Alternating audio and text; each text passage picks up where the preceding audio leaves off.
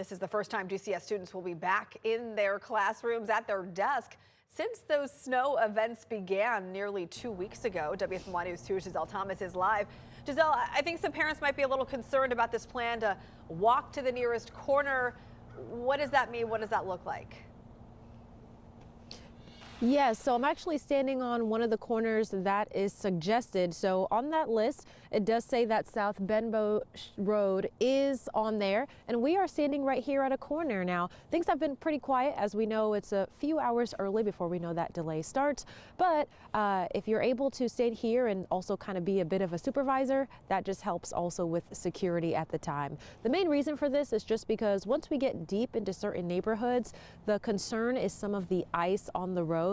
I want you guys to also see this this list that's about to pop up that talks about different ways that you could keep track. So there are several roads that the district is flagging for concern. Now this is all spread out towards the southeast part of the county, also in High Point, here in Greensboro, and also in the area.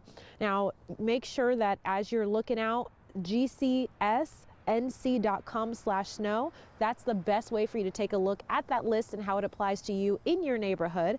And something else, please keep track using the Here Comes the Bus app. These are just some simple ways that you can know when your bus will be near your neighborhood to be able to pick up your kids to come to school. Now, we were able to speak to a representative from GCS about how they determine what kind of schooling is going to be taking place when they are facing any type of severe weather. Take a listen to how the district assesses the roads.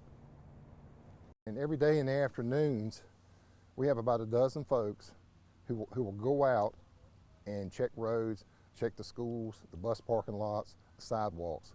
It's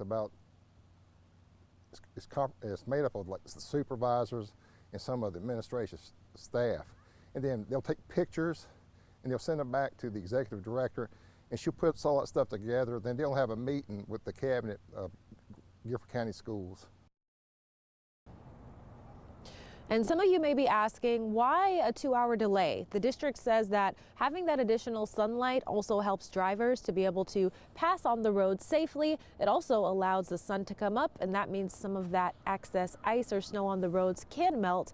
Also, we were able to take a look at some of those start times for schools. Elementary school is really starting around 9:30 or so. Middle school is leaning towards 10:30, and then high schools are leaning towards 11 and 11:30.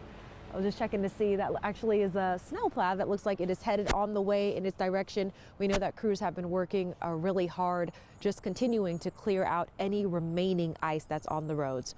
We'll make sure guys to keep you guys updated as we are watching those students be able to get into school safely. Live in Greensboro, Giselle Thomas, WFMY News 2.